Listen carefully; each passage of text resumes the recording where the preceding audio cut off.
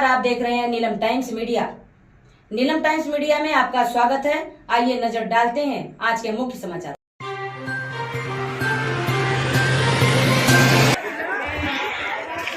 सगळ्यांना माहित आहे, आपण आज साईनाथ भाऊ चौधरी यांची जाहीर सभा घेत आहोत।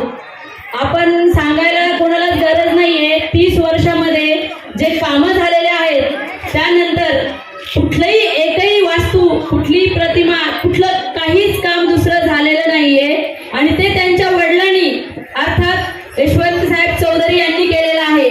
अख्ख्या भिवंडीमध्ये मी सगळीकडे फिरलेली आहे, पण कुठेही एकही असं कुठला हे नाहीये की ती कायम आठवणीत राहावं। आता दादांनी सांगितलं की साहेबांची आठवण झाली असेल, प्रत्येक वास्तूवरचं, शाळेवरचं, पद्मशाली हॉलवरचं नाव असताना साहेबांचं स्मरण होतं आणि त्यांचे मोठे चिरंजीव यांनी देखील आपल्याला घरपट्टीसाठी जो झोपडा नंबर होता भिवंडी मधला, तो झोपडा नंबर हटवून मालमत्ता क्रमांक आपल्याला मिळवून दिलेला आहे आणि हे कार्य आपल्याला अखंड चालू ठेवायचंय पुढेही। त्यासाठी आम्हाला कट्टर शिवसैनिक म्हणून ओळखले जातात, पण मी सगळ्यांना सांगू इच्छिते आम्ही कट्टर शिवसैनिक आहोत, पण त्याआधी साईनाथ भाऊ चौधरी यांच्या कट्टर बहिणी आहोत आणि त्यांना मतदान देण्यासाठी मी आज तुम्हाला जाहीर आव्हान करते। जर कधी भविष्यात तुम्हाला कुठलीही अडचण आली, पाणी, रोड, समस्या, ह्या तर सगळ्या समस्या असतातच, पण जर सगळ्यात मोठा प्रश्न असेल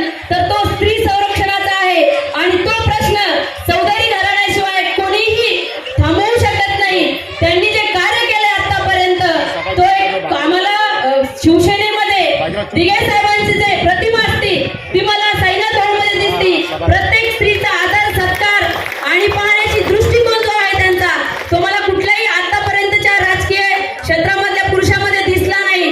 थोडे दिवसात जर श्रीमंती आली तर लोक कसे उड्या मारून दाखवतात की आम्ही काय आहेत। ह्यांच्याकडे 30 वर्षापासून राज्य असताना सुद्धा त्यांनी कधीही कोणाकडे दादागिरी, गुंडागर्दी किंवा हप्ते वसुली केले नाहीत। हीच त्यांच्या कामाची पोचपावती आहे।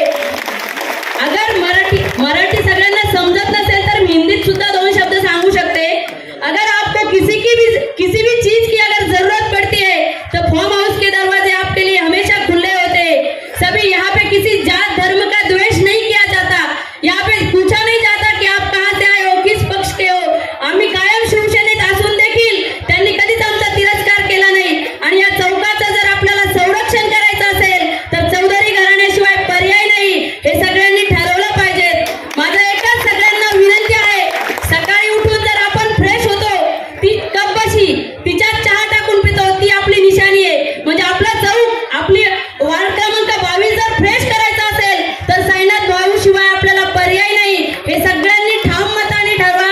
मी इतके दिवस प्रचाराला येऊ शकले नाही, पण आज सभा आहे आणि मला माझ्या भावासाठी यावंच लागेल, कारण भाऊ लाडकी बहीण योजना तर गव्हर्नमेंटनी काढली आहे, पण आमचं खरं भावाचं कर्तृत्व तर इथलेच आमचे नगरसेवक निभावतायत। पण लाडक्या बहिणीचे पैसे देऊन नाही, पण संरक्षण देऊन त्यांनी संरक्षण केलंच नाही। आम्हाला जेव्हा जेव्हा गरज लागते तेव्हा भाऊनी कधीच म्हणजे नाकार दिला नाही, ताई तुम्ही टेन्शन नका घेऊ, आम्ही आहोत। आमचं अस्तित्व आम्ही तर ठेवलंच, पण तेलुगू समाजातल्या सगळ्यांना मला एक सांगायचंय, आज आपल्याला कुठल्याही भिवंडीतल्या वॉर्डमध्ये कुठला असा एखादा समाज म्हणून कोणी दान दिलेला नाहीये। त्यांनी जे आपल्यासाठी दिल्यात, भव्य वास्तू दिलेल्या आहेत, आपली प्रतिष्ठा कायम ठेवण्यासाठी आपल्याला जे स्थळ दिलेले आहेत, त्याची जाणीव करून तरी आपण एक लक्षात घ्यावं। आणि कितीही असले त्यांना प्रत्येक पक्षाचं तिकीट मिळालं असतं, पण त्यांनी अपक्ष उभं राहणं निवडलं, कारण पक्ष इकडे तिकडे पळतात, त्यापेक्षा अपक्षच बरा। म्हणून आपण आपलं मत साईनाथ भाऊ चौधरी यांना कपशी या चिन्हाला देऊन 2 नंबरचं बटन दाबायचं आहे आणि भव्य मताने विजय करायचा आहे। मी तर त्यांना कालही नगरसेवक मानत होते, आजही नगरसेवक मानते आणि उद्याही मानत राहणार आहे। जय हिंद, जय महाराष्ट्र, जय शिवराय, जय भीम। इसी तरह सबसे पहले समाचारों को देखने के लिए नीलम टाइम्स मीडिया को सब्सक्राइब करें, लाइक करें, शेयर करें। धन्यवाद।